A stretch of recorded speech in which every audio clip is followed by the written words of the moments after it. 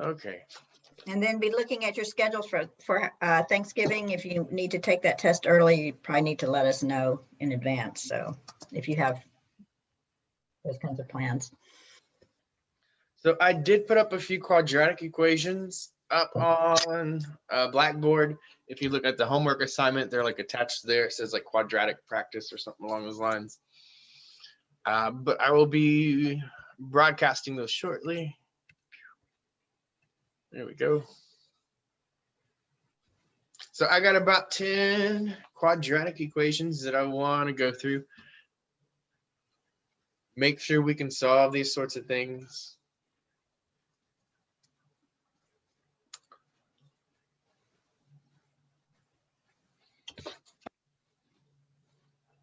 So there's about 10 of these guys. There is these 3 graphs that we have to look at, and then there are 3 sort of word problems we have to look at. Okay, so I want to start off with these. I think this is probably be the best way to get at it.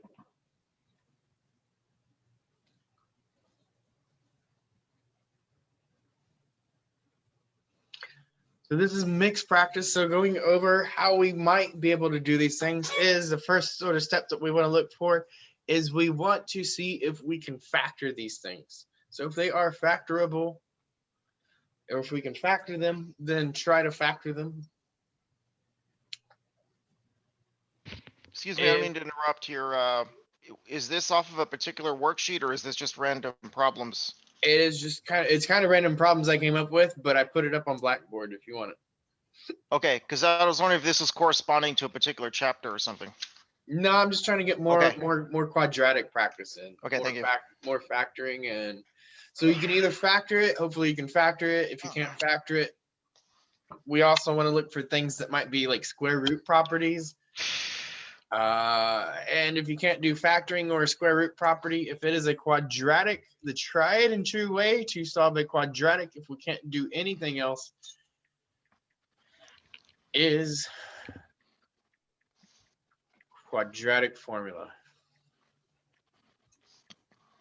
Okay. But like it's like quadratic formula is big, ugly, nasty. I don't want to have to use it if I don't need to, right? I don't have to bust it out.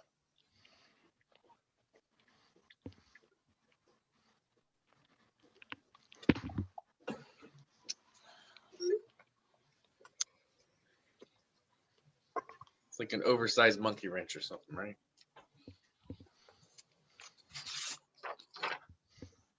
It'll work for anything, but sometimes it's easier not to strip away your bolt.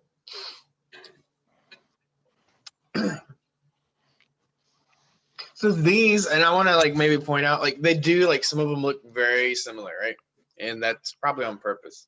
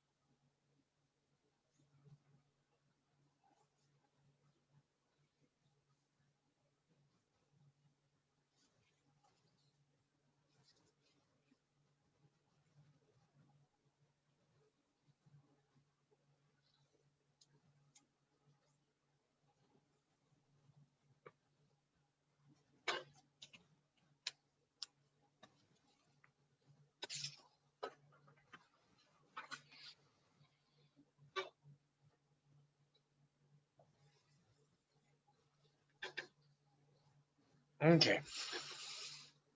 X squared plus 3x plus 2 equals 0. So how do you solve this? What's the step? Plug in the quadratic formula. You could do that. I don't think you have to do that on this one. So the first thing, if you want to factor this thing or see if it's factorable, the first thing is like make sure it's equal to 0, right? So not all of these were equal to 0 on this paper, but this one is. If we Put in the want AC to, formula. Oh my bad. Go ahead. Sorry. the what? No, go ahead. What'd you say? Put in the AC formula. Yeah, so if you do AC method, right? Right. You do what? Product of 2 adds to 3.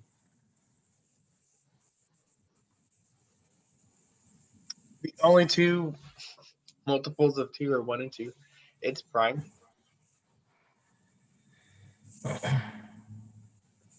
you want to do box method, you can do box method. If you want to do the shortcut, you can do the shortcut. I think I'll do the box method just because.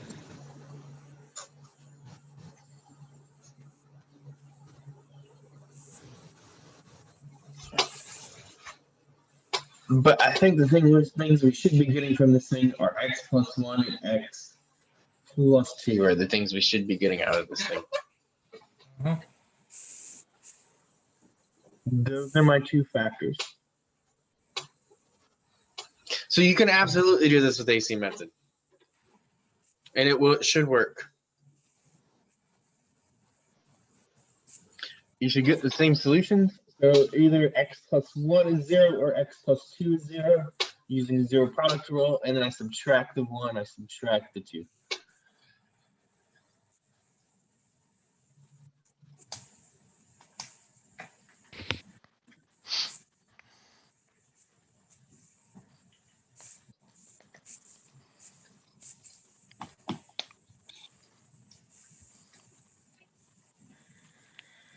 If you want to do this with AC or not AC method, quadratic formula, what would that look like? X equals a negative.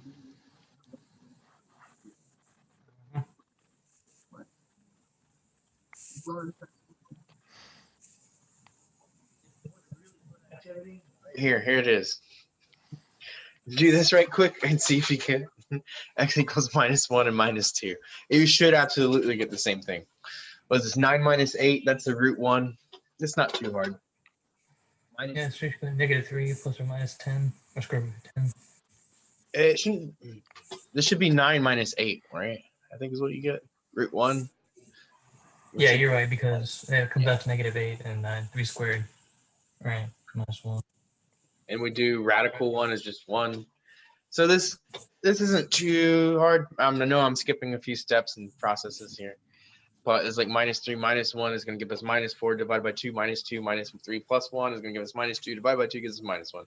So you should get the same two solutions. I know I said that really fast, probably. Sound like an auctioneer over here.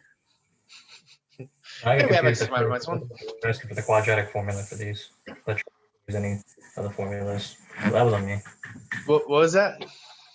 No, at first I thought you wanted us to use the quadratic formula for all of them. Oh, And- no. If you're gonna factor these things and it's quicker, absolutely, like you just factor them and solve them. Or if you can use the square root property, do the square root property. But if we can't do anything, any of those factoring sort of methods, we have to go do the quadratic.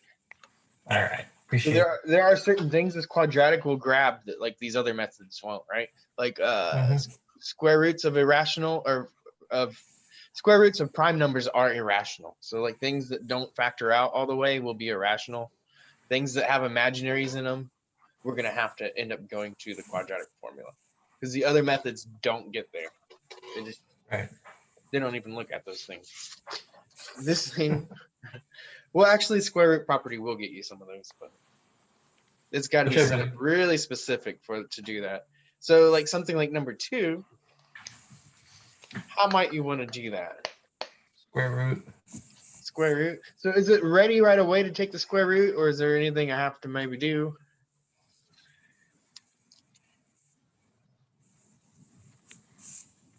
Get rid of the 2. You should really get rid of this 2 first. I guess you could take a square root, but then you're going to have a nasty square root of 2 on there or something. It's a lot better if we just get rid of it first. So if we want to get rid of the 2 being multiplied, we have to divide both sides by 2. So we divide both sides by 2. Oh, I scan in the middle of my class. 12.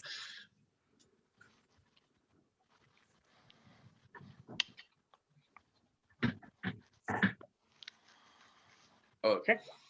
And then, ooh, how do we do this? We got to do the square root. I'm developing my, I'm calling it middle root elimination to find complex roots. So the square root of 12 is not obvious. So I find two consecutive perfect squares that I can put the square root of 12 in between. That would be the square root of 9 and the square root of 16. Mhm. So I know that the square root of 12 is not a perfect square. I've proven it. So now I factor out 12. And the easiest one is 2 and 6. So I put square root of 2 times square root of 6. And I've simplified it. Square root of 6 can be simplified further. So I already know square root of 6 is not a perfect root. I'm not going to repeat the same thing because it takes too long. So I'm just going to simplify it down again to square root of 2 times square root of 3. And I can no longer simplify it anymore. So now what I have is square root of 2 times square root of 2 times square root of 3. And you can just take those two square root of 2s and turn it into 2. And then all you have left over is the square root of 3. Yes. There's one little thing. And if y'all miss it, y'all are going to kill me on this one. This is absolutely correct. This is a good way to simplify radical 12. There's just one. Quit popping up with this. My virus scan keeps popping up with notices. Sorry. Okay. So if y'all missed this, y'all are going to kill me a little bit because I've said it like a million times. What do I got? Or negative. Plus and minus. Plus or minus. Thank you. I'm going to put my plus or minus on. It would be plus or minus 2 radical 3. Absolutely.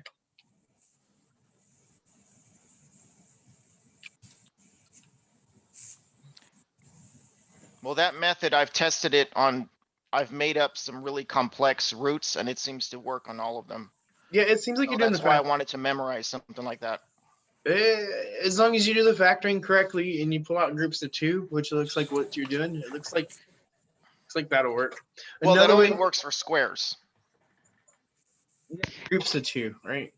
Another way is Yeah, 4 and 3, I think. Root 4, root 3. right. Root 4 is 2. But it simplifies the math down to where you don't even have to do that. That's what I was trying to make, because I don't know how complex these roots might get. And I wanted to have a method to be able to figure out any of them without needing a calculator to do the functions like that. Yeah, I'm being honest, I don't think we're gonna get more complex with their roots than they already are. I think they're about as complicated as we're gonna make them. Okay. But yeah, I mean, it's good to think ahead. All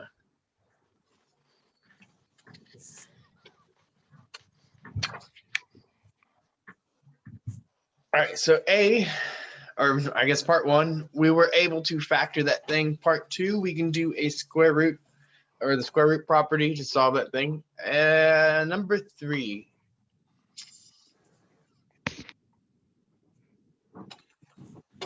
I'm going to give y'all just like a few minutes to do this one, I think. Try to look at this one. Try to really figure this one out.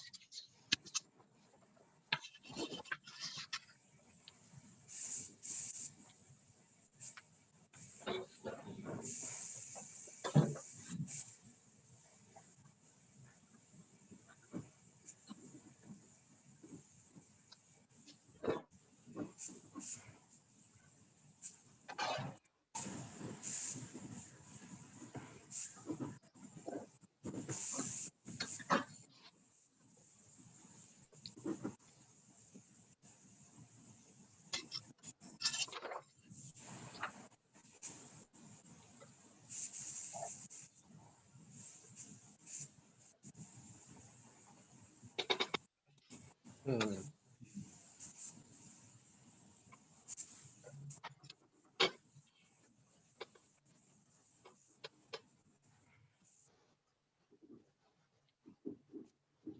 I think 3, we're gonna need the quadratic function.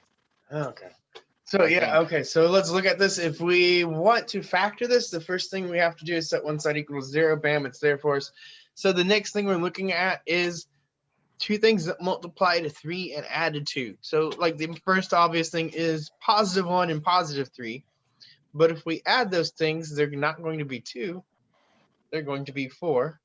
We could try to make one of them negative, but if we make one of them negative, they would have to both be negative to multiply to the positive. So these are all the factors of +3 that add, and none of them add to 2. And so the second you see something like this, like Michael was saying, we want to do quadratic formula. There's no way to do these with factoring. So previously we would call something like this prime, right? Something like that. Those don't exist anymore. We have the quadratic formula.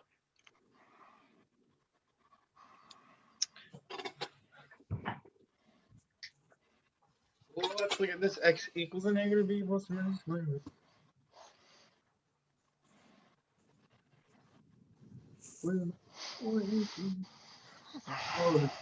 Write out your quadratic formula. Get used to writing this. Write it out a few times. Every time we write it out today, try to get ahead of me. Try to write it out before I do. I want my A, I want my B, I want my C.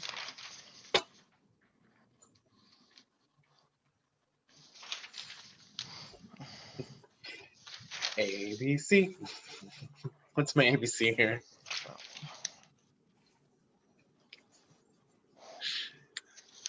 One, 2, and 3. Is The equation, yeah, should be -2 plus or minus square root of 2 squared minus 4 times 1 times 3. Square root of that we should come out to -8.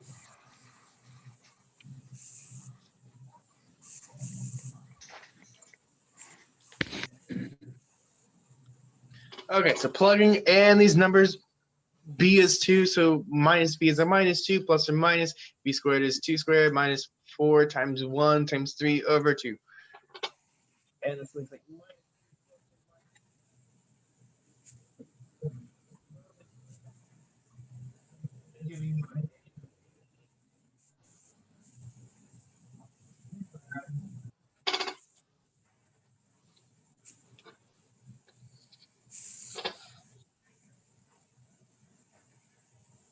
okay, so I see a -8 in the radical. What can I do? First thing, what's like the first thing you should really do? What? Your eye. Yeah, pull out that eye. I know an eye's coming out. One way or another, we're plucking it out.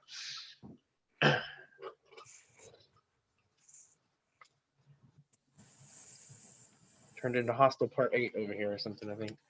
Is that what? I think they made too many of those by now. Okay. That'll leave you with the 2i radical 2. So simplifying radical 8.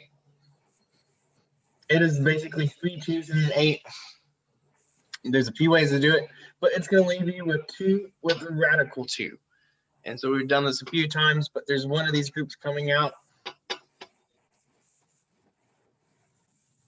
That's the one that comes out. That's the guy that stays in the house. Okay. And there are a few ways to do this. A few of them are right, a few of them are wrong. So how do we want to do this?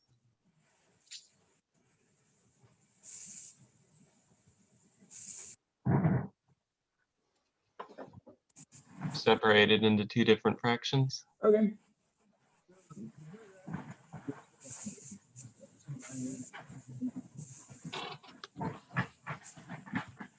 And if you do that, this first thing is -1. I think that one's the easiest one, probably, or easier one, probably, huh? That one's -1. This is plus or minus. How do I simplify that?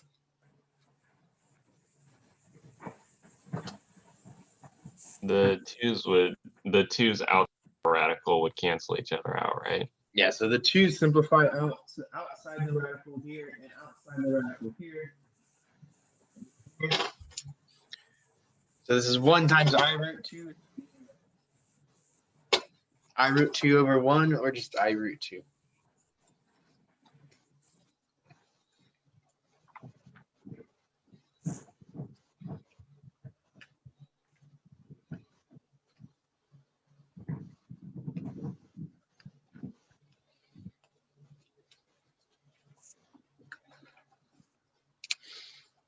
Okay, questions about this? So I think there's kind of like maybe a little bit of a point like maybe I'm trying to make with like 1 and 3 is that like your quadratic equation could look very sort of similar, but have very, very sort of different answers, right? Just by swapping like coefficients. We might have to do them drastically different ways. So what was that? 3, 4, 4. Okay.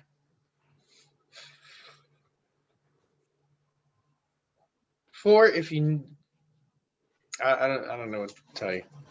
If you do it correctly, it should not take you very long. If you don't know how to do it, or well, you could do it multiple ways too. We could always do things with the quadratic equation if we set it up right.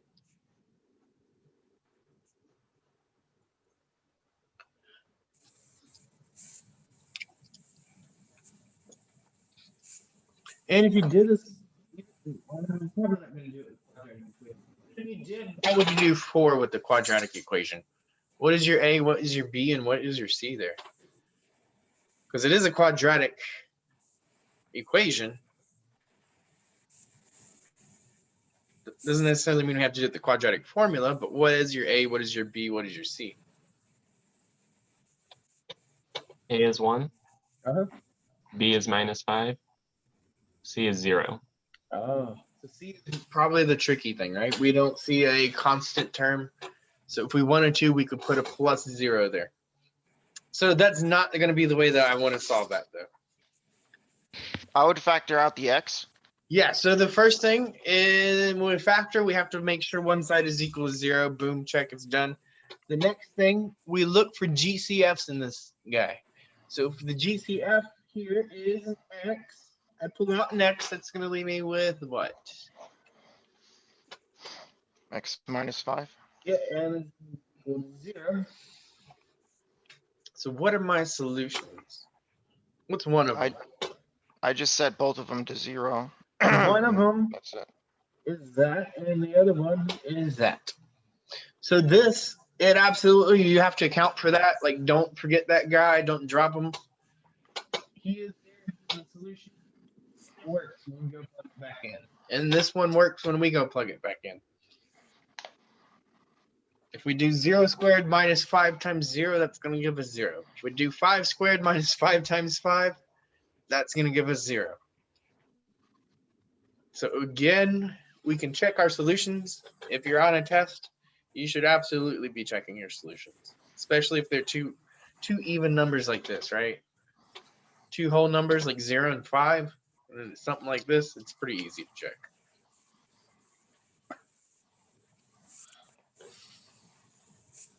Any questions about this? I think we've had a few examples like this where you look for the GCF first, and after you pull out the GCF, this thing's pretty much fully factored, right?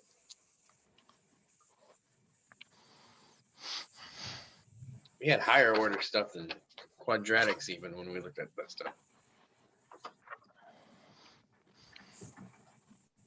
So looking at 5, looking at 6.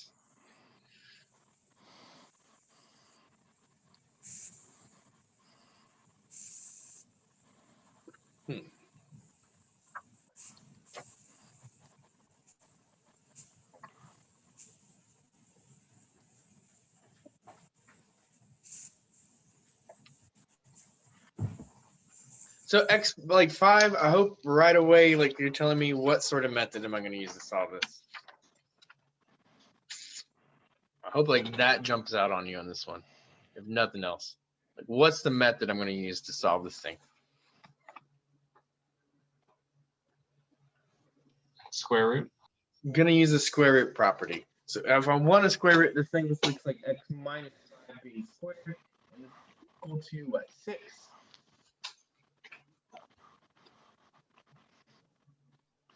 And you already told me square root it. Square root of this. Square root of this. Anything else I might want to put there? Plus or minus. All right. I guess I'll put it there then. So x minus 5. Plus or minus root 6. So root 6 is just 2 and 3. I don't think you're going to pull anything out of that. What's the one last step? Add the 5 over. Yep, I add 5. So this should look like x is what, 5 plus or minus the root 6.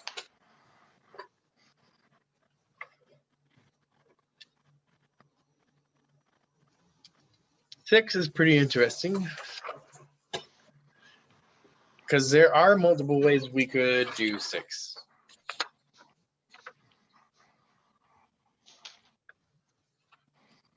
So if you wanted to, this looks like x squared plus 32 equals 0. If you wanted to, and I've kind of said it, we could always go to quadratic formula. And if I wanted to do that, I would need an A, I would need a B, and I would need a C in this guy. So what is my A here?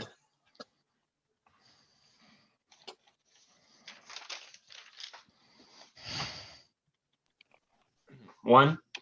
A is the thing that's on your x squared. It is the one that's right there. What would be my B? And that's the thing on your x. 0. So that's the thing we don't see.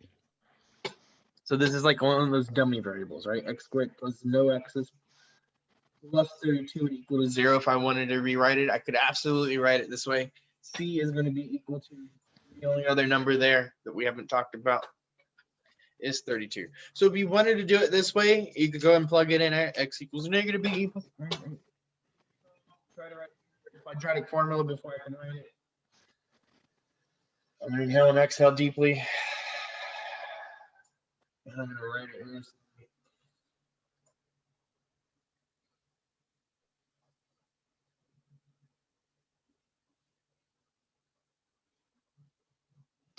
X equals a negative b plus or minus square root of b squared minus 4ac all over 2a. So if you want to do that, you absolutely could. The b is 0. It would be really quick. But I wouldn't do this one that way, if I'm being honest. Is there another way you can look at this and try to do this? Square root again? You can do the square root property, absolutely. So that's the way I would personally do this one. So x squared plus 32 equals 0. And if I want to do the square root property, if for factoring, it's set one side equal to 0. For the square root property, it is to get the square root by itself. So if I want to get the square root by itself, how do I do that? Subtract 32. I have to subtract 32. I'm looking for x squared that is going to equal a negative. This is what I'm saying here. And now I do the name of the game that you're talking about. I take a square root.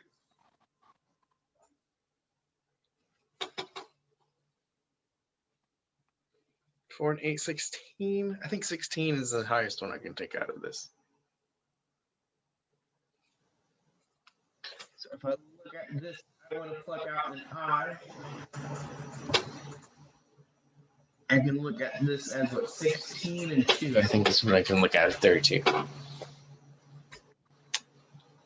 So I didn't leave me much room in front of this, but this root 16 is 4, and I'm left with a radical 2.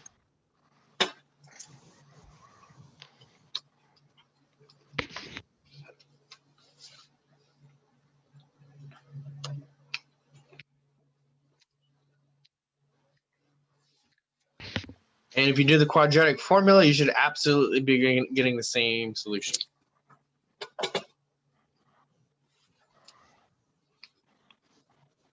To me, this is probably a little quicker than doing the quadratic formula, though. Just a little bit, probably not a whole lot.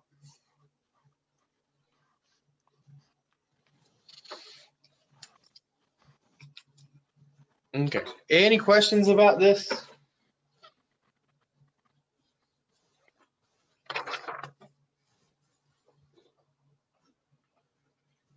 Seven and eight. All right.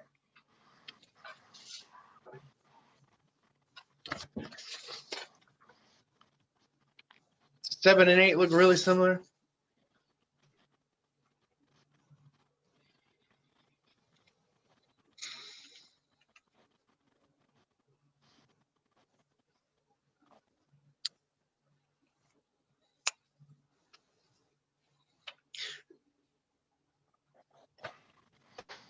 So seven and eight, I hope like right away you already like see like I'm probably not doing square root property on 7 and 8. We can see 9 and 10, right? If I have all three terms written out there, like I hope right away you're just rejecting square root property on all these last four, right?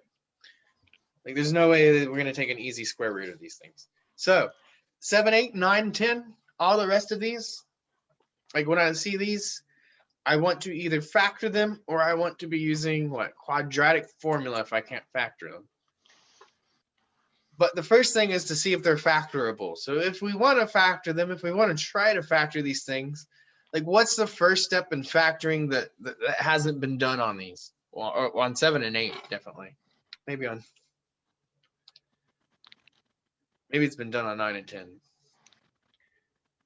But like, what is the first step you want to do to this thing? Set one side equal to 0. Set one side equal to 0. So I'm probably going to keep my x squared positive. Just like that's my personal bias that I usually throw in there. So if I keep this positive, I'm going to end up subtracting 5x. Subtracting 6 to move it to the other side.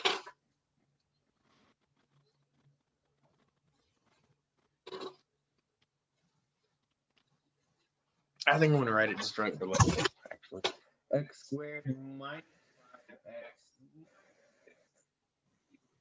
This is the way that one looks. What about this one? Similar x squared, but now I have plus 5x. And if I move that 6 to the other side, I think it's going to become, and that's going to be equal to 0. So you might notice these look very similar. Okay.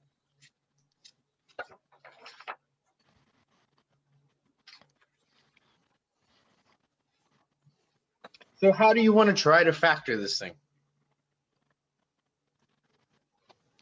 AC method. AC method is the method that we're going to use. We're going to look at A times C. 1 times the minus 6 is going to give me minus 6. 1 and 6 and 2 and 3 are my two factors of 6.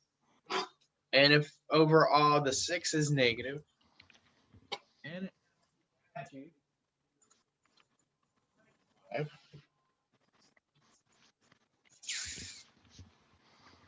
how do I accomplish that?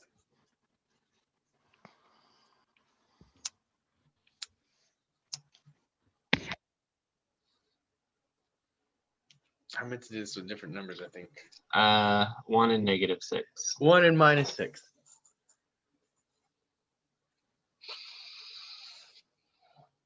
Okay, so I have x squared minus 5x minus 6.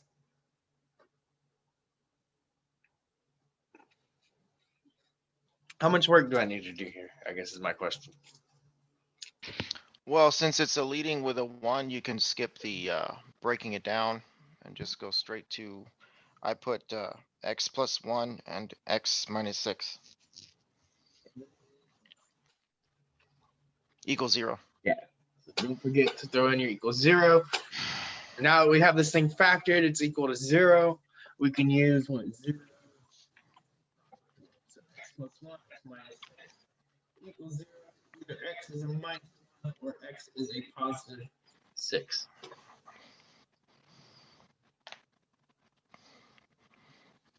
Let's see if I set these up the way I thought I set them up. I may not have set them up the way I did them in my head. Okay, so the next one looks like x squared plus 5x. So it looks very similar. Now we're looking at minus 6, 1 and 5, 2 and 3. Ooh, 1 and 6.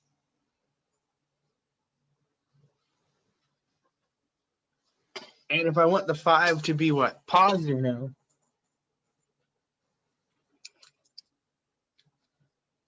I think I meant to make that positive 6. But I'm trying to move things to the other side and do work in my head. It didn't work out. But this will work out. So how do I get them to add to positive 5? -1 and positive 6. -1 and positive 6. And if we want to jump to the factors, we can get something like x minus 1 and x plus 6. So this looks very similar.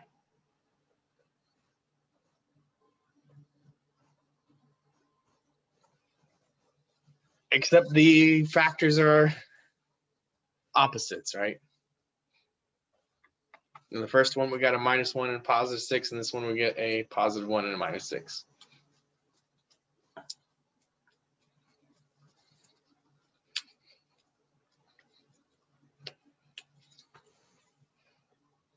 I think this one is also factorable, and that's another one I was trying to do, and I don't think I did it. X squared plus 5x plus 6. I believe that that's also something you can do.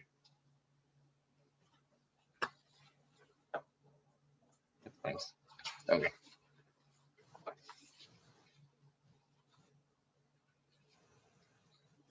All right, so we got 2 more, and then we will work through the remaining homework problems you'll have. Okay, I'm looking at this thing, 4x squared minus 28x plus 40 equals 0. So if I'm trying to factor this thing, how would you factor this thing? Which one are you doing, 9? Yeah, number 9. You could just divide it all by 4 to start out with. That is absolutely what I would do first. I was hoping someone would say AC, but you caught me.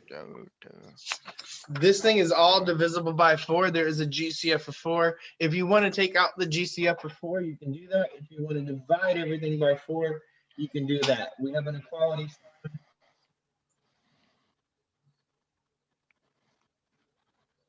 If we divide this by 4, we're dividing each of these terms by 4 on this side.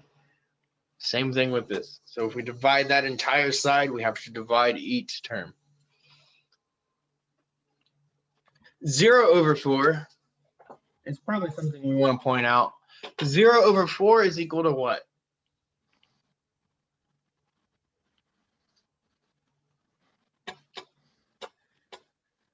Is that okay 0? to do? Yeah, it's 0. Did not sound certain with that one. This is pizza to people, right? How many slices of pizza does each person get? If we have no pizza, all 4 people are going to get no pizza. So this is x squared. If we divide 28 by 4, I believe this is going to be minus 7x. And we get something like plus 10.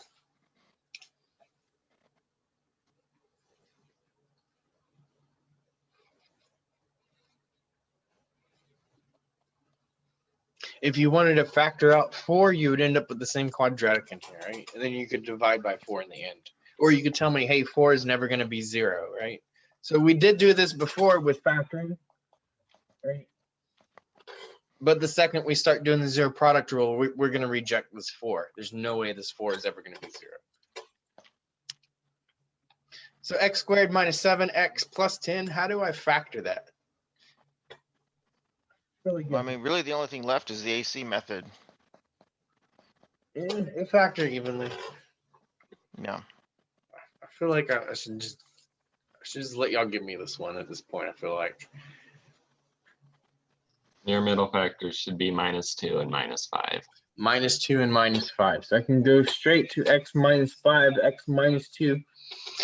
Pretend like I don't know whether that's right or not. I can always do some distribution to check this thing, right? X squared is going to be the first thing. Minus 5x minus 2x will give me minus 7x. 5 and 2 will give me plus 10. So either this or that, either this is equal to 0 or that's equal to 0. If this is equal to 0, x is 5. If that's equal to 0, x is positive 2.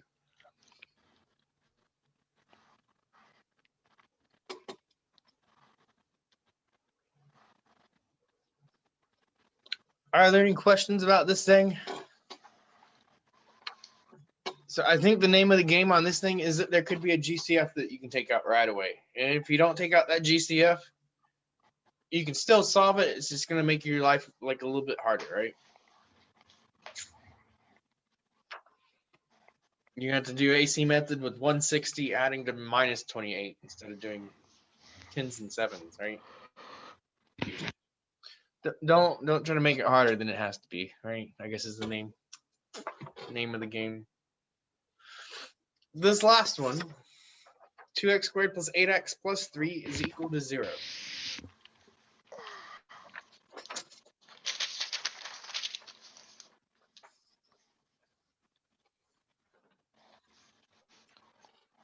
So if we do the AC method, for some multiplies 6 adds to 8 and 6. 2 and 3 are my two factors of 6.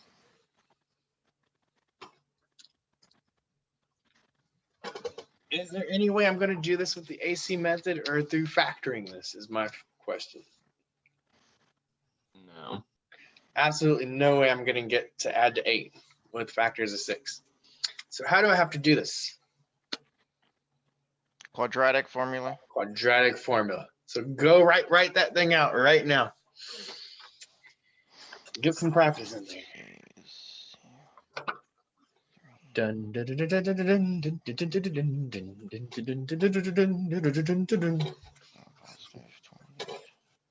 I don't know if that's helpful or harmful. It might be like the Jeopardy music where your brain just goes blank when you hear it, right?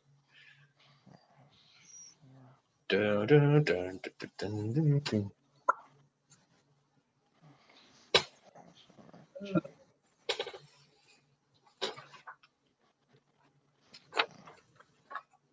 And I do need to pick up my ABCs.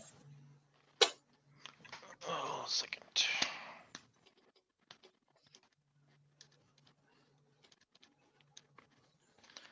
$7.84. Okay. X equals negative b plus y squared root b squared minus 4 all over 2a. This is my quadratic formula.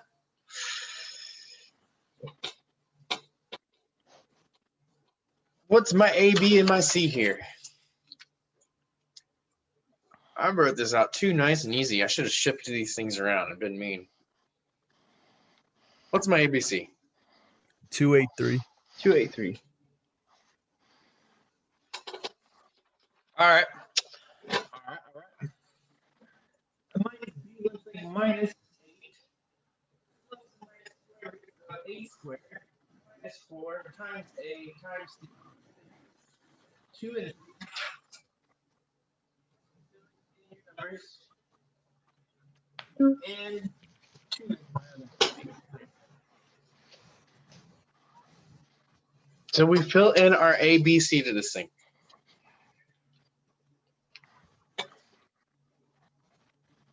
Eight plus and minus. Clean up some stuff in the square root. I can do 8 squared is going to give me 6 minus 4 times 2 is 8 is going to 24. That's all over 4. Okay. Do a little bit of cleaning up here, but this is pretty much, we're on the right track here. This is going to be root 64 minus 24 gives me root 40.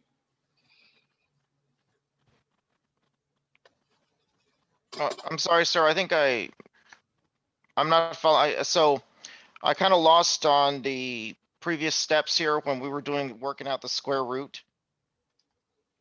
Mhm. If we go back a little bit, You're talking okay, about so b squared. But isn't b minus 28? B is a positive 8. Oh, okay. I wrote down the wrong thing. Yeah, Okay. okay, my fault. A is 2, B is 8, C is 3. So we have 64 minus 24 is giving us root, oh, it's on this other page. Here we go. Root 40.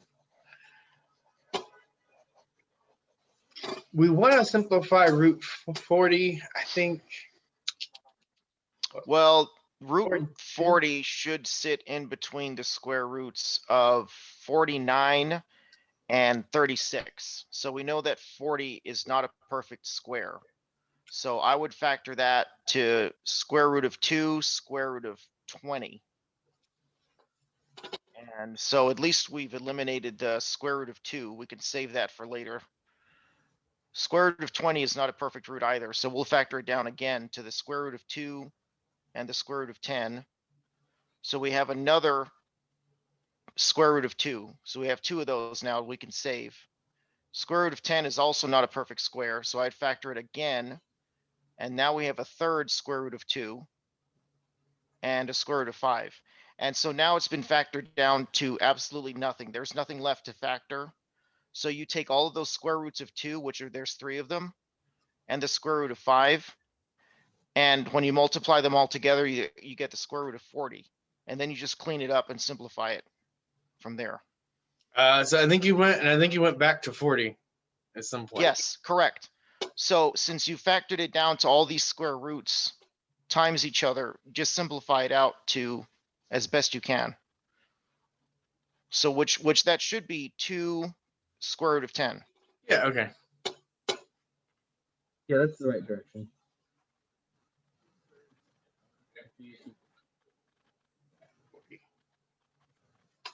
Right. Yeah.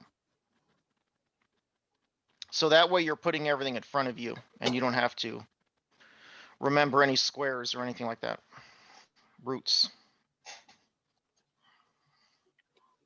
Okay. And then we have this. There's one last sort of thing I should really do to clean this up.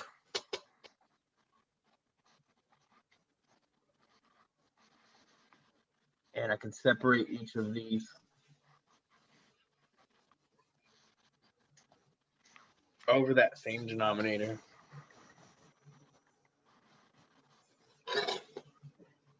Minus 8 divided by 4 is giving me what? -2.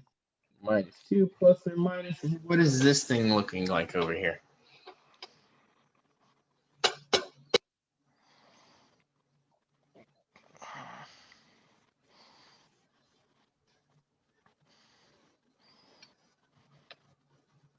That's a root 10 on top. What's on bottom? 2. Should be 2. And going over this, we can divide 2 by 2. It's going to give me 1. I can divide 4 by 2. It's going to give me 2.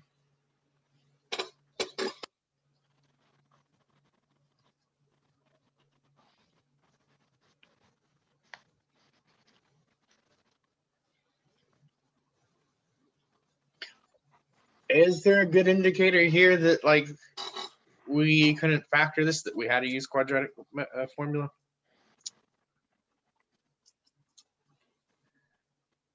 I'm sorry, what? I didn't hear that.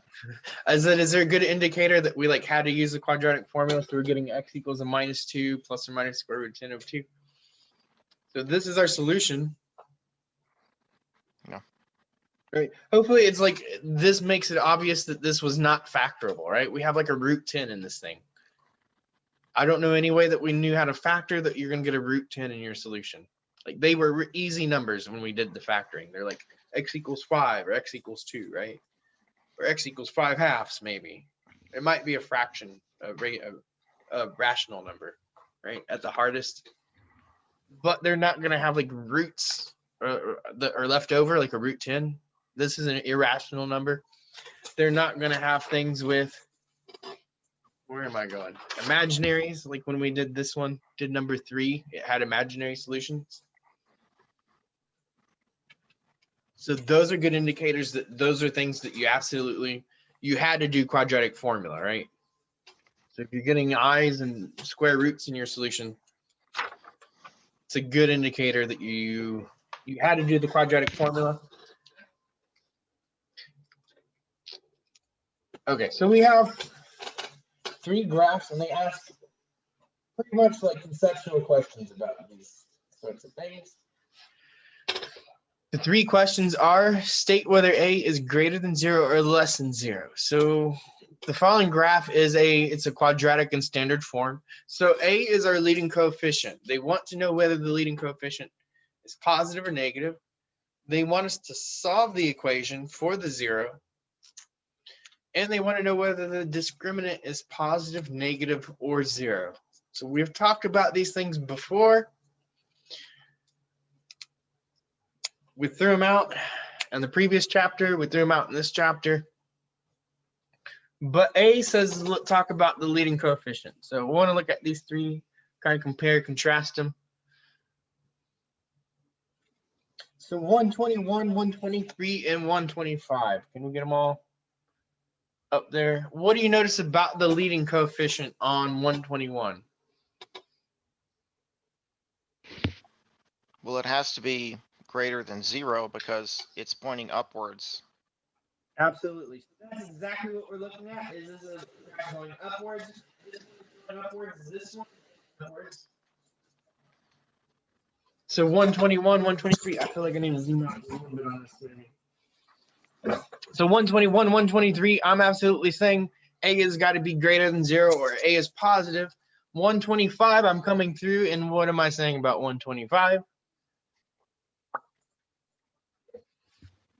My leading coefficient has to be what on this one?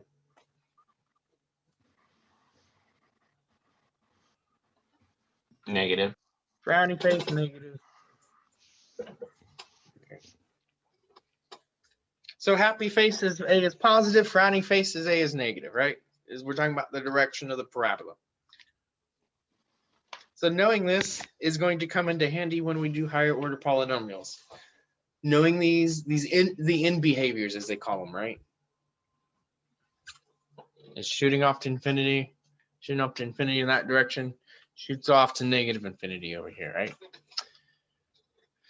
Okay. That is A, that is all about the leading coefficient. So if it's going up, it's positive. If it's going down, it's negative. Part B, they're asking us about the solution. This is the thing that I told you never to do. This is the thing I don't like doing. This is finding the solution from the graph. So if we want the solution of where our quadratic is equal to 0, ax squared plus bx plus c equals 0. What does the solution to that look like? How does that relate to the graph? That's like asking for the Intercepts. x-intercepts, yeah. So we want the x-intercepts. More specifically, we want just the x value on the x-intercepts. There's something here. I'm seeing there are, hopefully you see the two x-intercepts there. I'm seeing two x-intercepts here. You do have to look at scaling on this one. I think the first one is a what?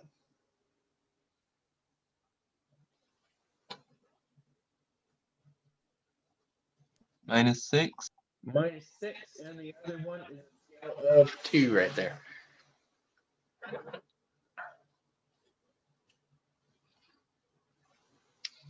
That one has two solutions. How many solutions does 123 have? 1. 1. And that one solution is going to be at x equals a minus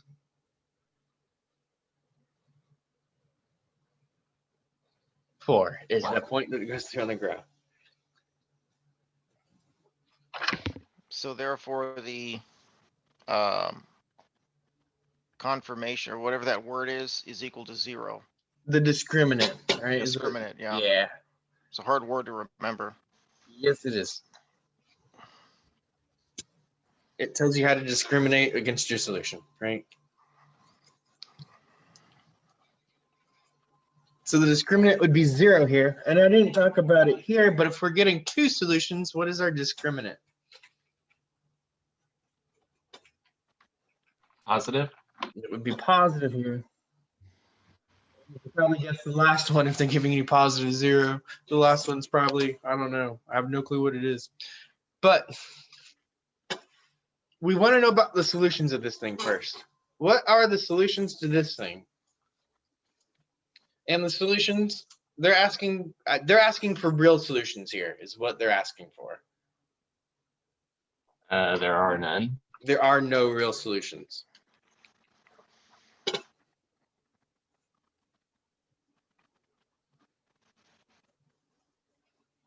And if there are no real solutions, what does that mean about the thing that was in the square root discriminant? That thing has to be what? It's negative. That thing has to be negative. The probably power of deduction will tell you they're going to throw the word negative on there, right there. But more importantly, is if we have something in a square root that is negative, that thing is imaginary. So where does this cross the x-axis? Only in your imagination, right? That's not happening in the real plane.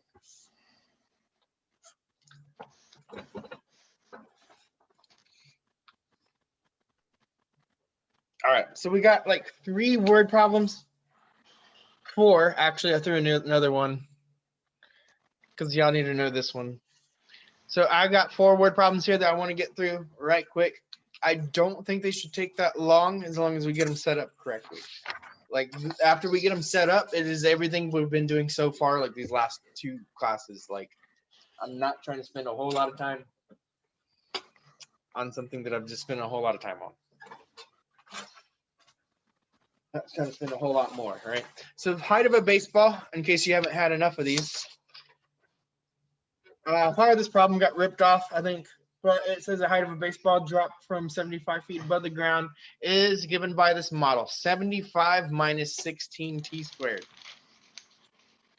And it says, how long will it take for this thing to strike the ground? How do I figure out how long it's going to take this thing to strike the ground? Set it equal to 0. I set it equal to 0. So 0 is equal to 75 minus 16 t squared. So how do I solve this thing? What's probably the easiest approach? The square root function. Square root property. Yep. Property, sorry. Yep. No, I know exactly what you're talking about. Minus 75 to both sides is going to look at minus 75 minus 16 t squared. So the square root property says I have to get the square root by itself. So I'm trying to get this thing by itself. The first thing I have to do is subtract the 75.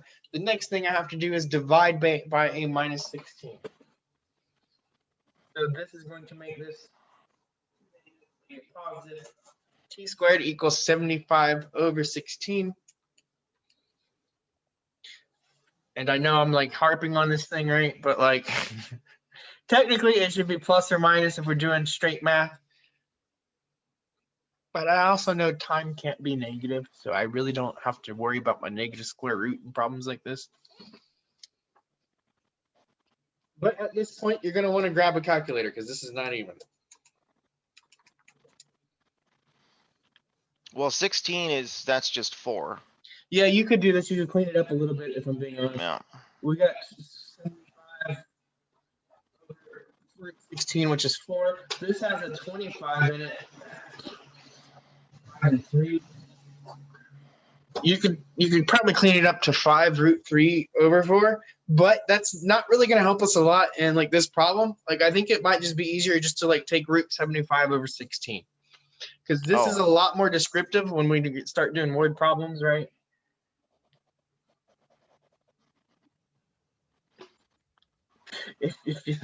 I'm just like, I'm picturing you giving your boss this answer, right?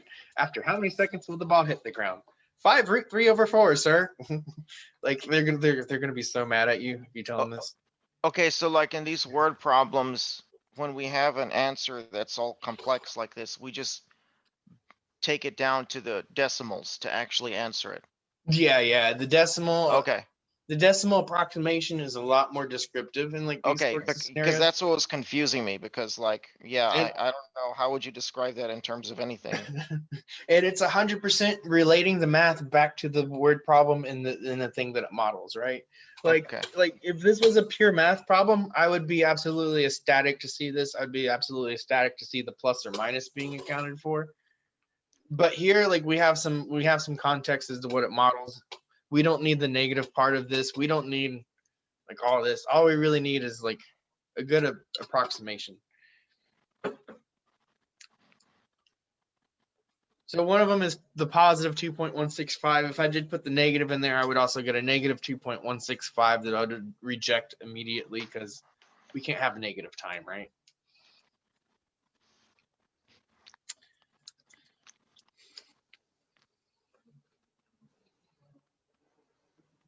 Any questions about this problem? I think we've done a few of these by now. You set it equal to 0 to see when it's going to hit the ground. Do the square root property. Take the square root of it. You should get a solution. 136 Facebook visitors. Ooh, creepers. Number of unique monthly visitors can be approximated by entity of that function. X is the number of years after 2008. The year when average 55 monthly visitors.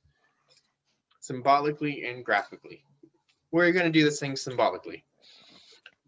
We can sketch a quick graph if you really want, but I'm really interested in doing this thing symbolically.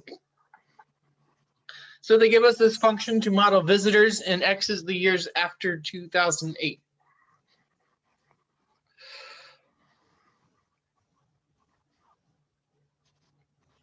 They want to know when we will reach 55 million visitors. So what is this 55 million giving me? This is the information I want to plug into. Yeah, the solution your equation should have. Do I put 55, 55 million? What do I put for V of X? I would put 55. 55. And this is going back to the problem, like you have to read what these things mean, right? So if the V of X is in millions already. So if V of X is in millions and they say 55 million, 55. And so we set this equal to our equation.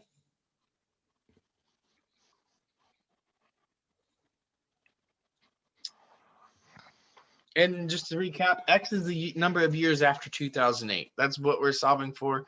They want to know when will we reach 55 million.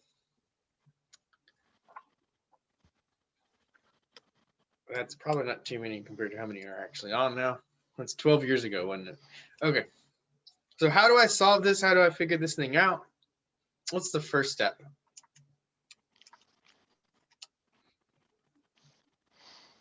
You have to subtract 55 from both sides. Subtract 55. So subtract 55, 16x squared. 32 minus 55 is a minus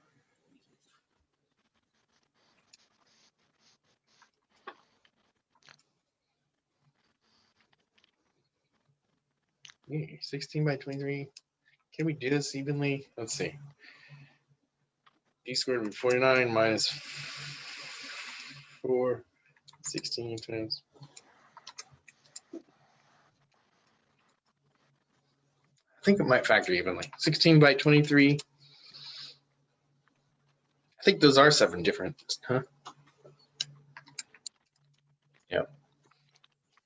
So doing the AC method on this thing, we've done this a few times. This one is not the prettiest, but if you do 16 by 23, we get 360. And multiply 360, it's got to add to 7. Multiplies to minus 368 and adds to 7. Sorry. Get them signs correct. So the things that have a difference of 7 are 16 and 23. And if we want them to add to a positive 7, we have to make the smaller one negative. So this thing isn't the prettiest one to factor, but we can do it. X squared minus 16x plus 22x. And I'm going to subtract 23.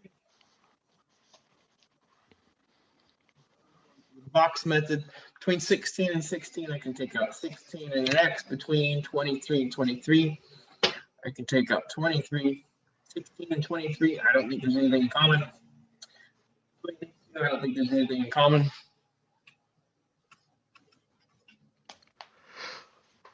So it looks like I'm getting two factors, x minus 1 and 16x plus 23. And this one is giving me x minus 1 is equal to 0. This one's giving me 16x plus 23 is equal to 0. This one is giving me x is equal to 1, and this thing is giving me 16x is a minus 23. So we have done these a few times. I'm going probably a little quick.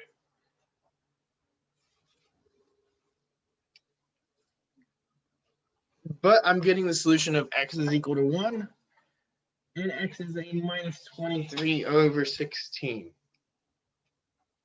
So I did all this work.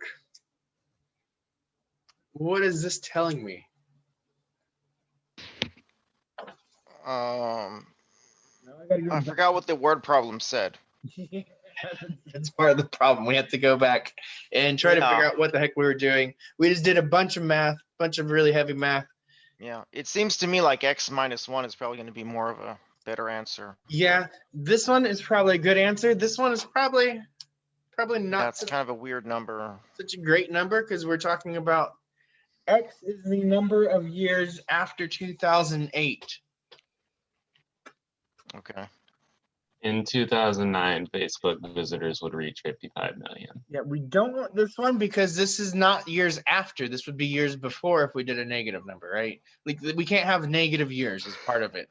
Like our model is not modeling things in the negative years. So this is negative years. We can reject that. It's extraneous is the word that I typically. Be sure to put an X through your extraneous solution. It is not a solution. If you box it, be sure to put an X through it and make sure I know that you know that that is not a solution. But this is X equals 1. So 1 year after 2008, I have to go back to 2008 and have to add 1 to it is what this is telling me. And we get 2009. So they're talking about the year 2009.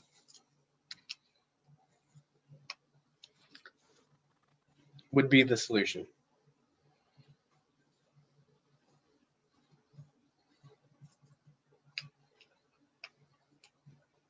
All right.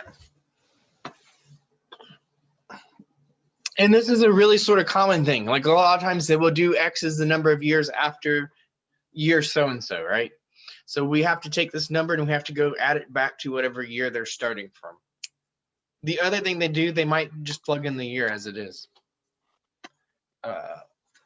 So you really have to pay attention to what format they're giving you the year in.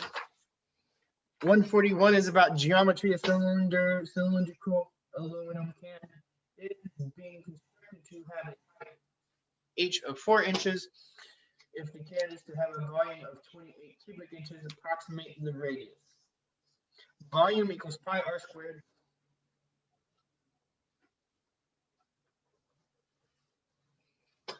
So this is our formula for a cylinder, right? You all know where they're getting the formula from?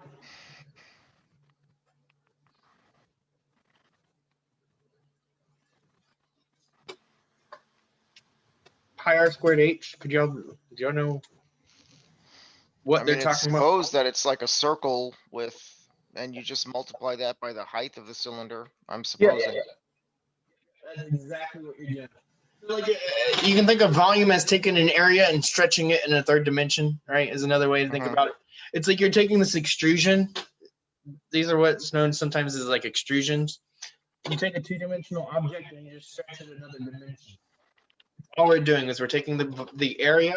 So you might notice is what I was trying to get at is there's like a pi r squared in here, right? That's the area of a circle. And we multiply it by another dimension, which is a height. So same thing with a like a rectangular cylinder, right? Length times width, and then the third thing we multiply it by its height.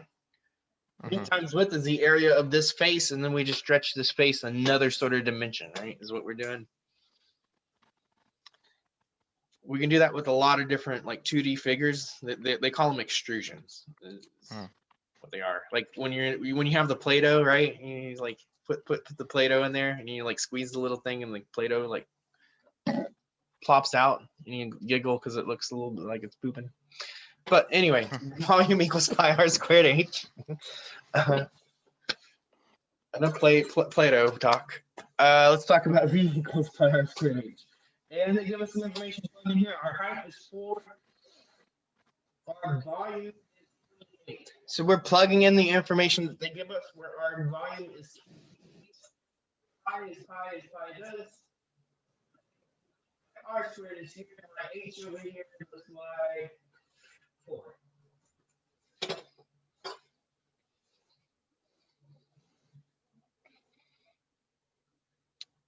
There are a few ways you could probably solve this thing. Some of them are probably easier than others.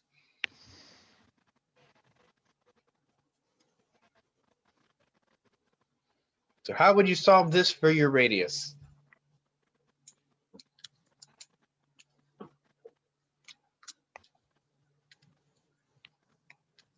Pi Oh, times for the radius. Mhm. Okay, so we're trying to isolate the R. Yeah, get this guy, solve this guy. I guess I divide everything by 4 first. Divide That by seems 4 is easy a good enough. step. Pi r squared. I mean, the pi is kind of throwing me off here. I Okay, suppose so- we could divide everything by pi too. That's exactly what you want to do. Pi is a weird Oh, number, okay. but this is just like, 3.14 times r squared. We're going to divide by the 3.14. We're Okay, dividing so- by pi. So this is not going to give you a pretty number. Yeah. But if r squared is 7 over pi, my r has to be what? Plus or minus square root of 7 over pi. Yeah, that is a weird number. Yeah, so definitely using a calculator. 7 over pi is like 2.22. I'll take a square root of it, 7 over pi. Let's see if I can do it right in my calculator. It's giving me around 1.4927.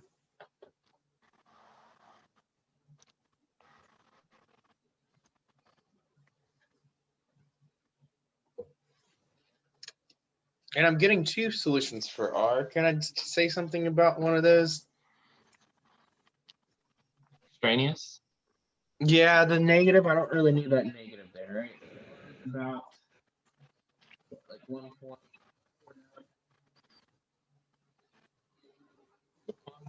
Yeah, his phone died or something. And they're talking about inches.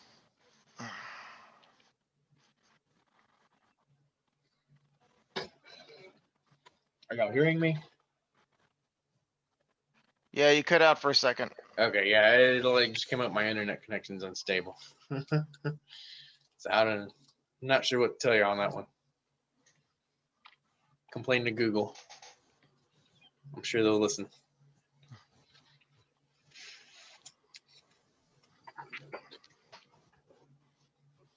Okay, so this is a weird thing, but we can figure it out. Let the calculator. Are there any questions about this? There's one last problem I really want to go over, and it's really beneficial to go over because y'all have something just like it in your homework. So I have a picture I'm putting in a picture frame. This is my beautiful picture of a picture frame.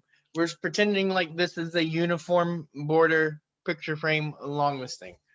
So if I have a picture that is 13 by 8 inches that I'm putting in here, the area of the frame and the picture together, this whole big area is 189.75 inches squared. What is the width of the frame?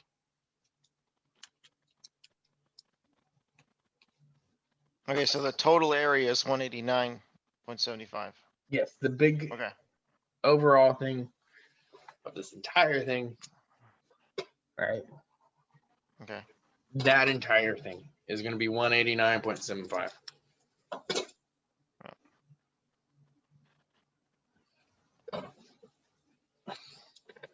And what about the 13 by 8? What is that talking about? That's the smaller triangle, rectangle. Smaller rectangle. So we got this thing with 8. We did something pretty similar. I think it might have been the other way, because there's a way to do it one way and there's a way to do it the other way. And you get something very similar. Yeah, so I created an equation here, which is because if you take 13, multiply it by 8, you get the area of the smaller rectangle. Mhm. So the width is X. And since the length and the width of the smaller rectangle has to account for X 2 times, that would make it 2X.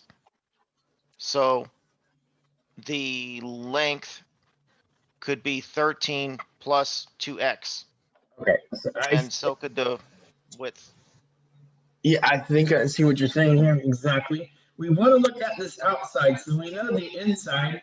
We don't know what the length of this border is, and that is the thing that we want to find, is the width of this border. So if we don't know it, and that's what we want to find, we can let X. And so now if we're looking at this entire side, if we put this thing together, this thing, this larger side, like 13, we're adding 2 of the border to get to there. Is that what you're saying? I think that's what I heard. Yes. And then the similar, very similar thing happening over here. Like 8 plus 2x. I think in your notes it was like a minus 2x or something like that, right?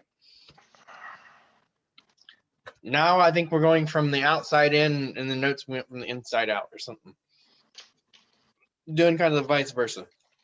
And what we know is that when we take this 13 plus 2x this side and we multiply it by this other side that looks like 8 plus 2x, is we're going to be getting what number now? Oh, sorry, I got distracted. Yeah, so you Trying just to get it like on there.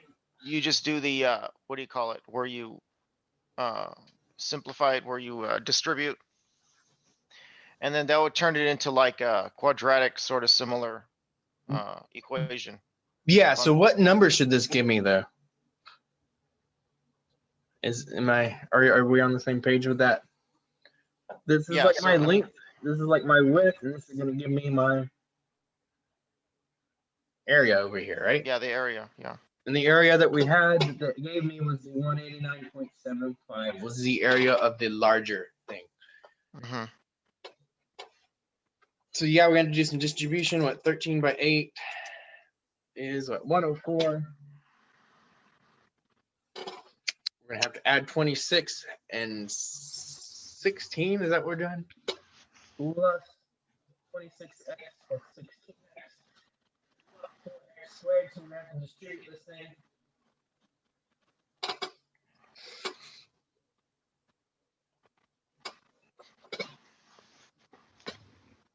Combine some like terms.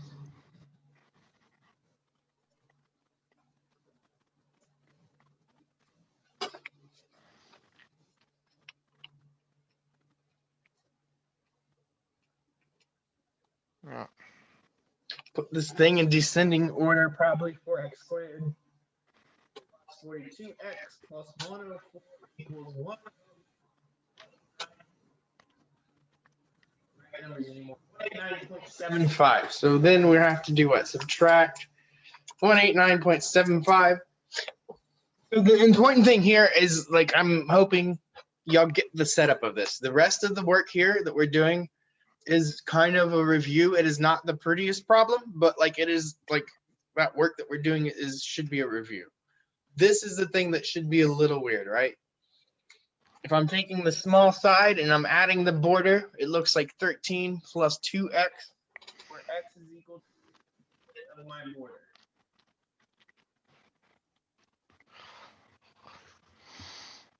Or frame, right? I guess is what I'm saying. The width of the border, the width of the frame.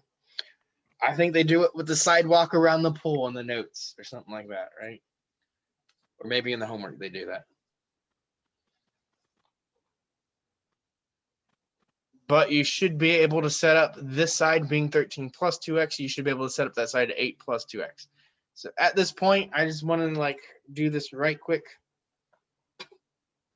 4x squared plus 42x minus 85.75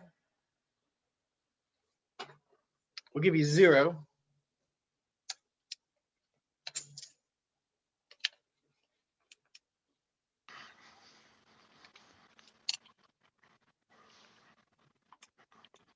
So 4x squared plus 42x. I'm going to be really lazy, 85.75.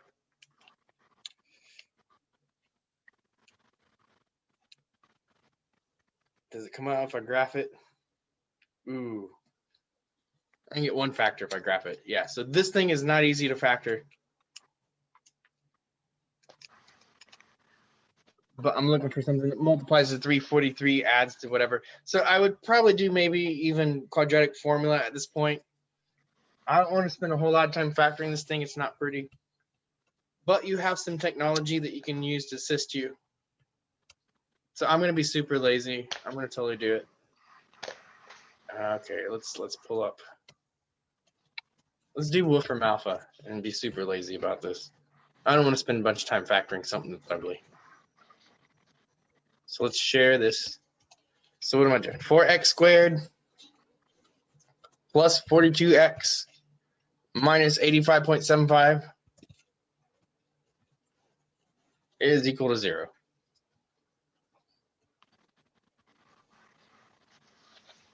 So my solutions are either x is a minus 12.25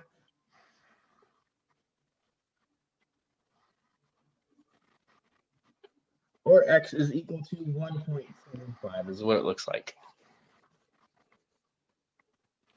Did I type it in right? I feel like I messed up these numbers somewhere. I didn't mean to make it this difficult.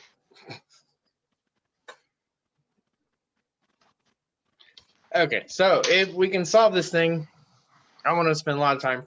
But which one of these are we going to accept? Which one of them are we going to reject? We're gonna reject the negative one. Well, even if it's positive, right? Oh, yeah, the positive would be too big. Even if that was positive, we would have to reject it because it's too big. So you have to really look back at the context of your problem. If I'm starting with the 13 by 8 frame, even if I got a positive 12, like that wouldn't make any sense, right? But this is 13 by 8 inches is what I believe what I'm doing. So what I'm saying is the frame is 1.75 inches wide.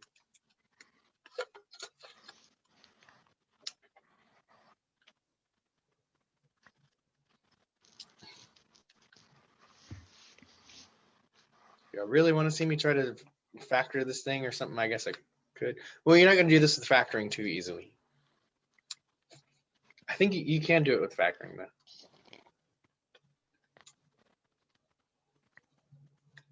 I definitely did not mean those numbers to come out that ugly. I thought I did it easier. But they can come out that ugly, so I guess we got to be prepared for anything. That's it. That's the final problem.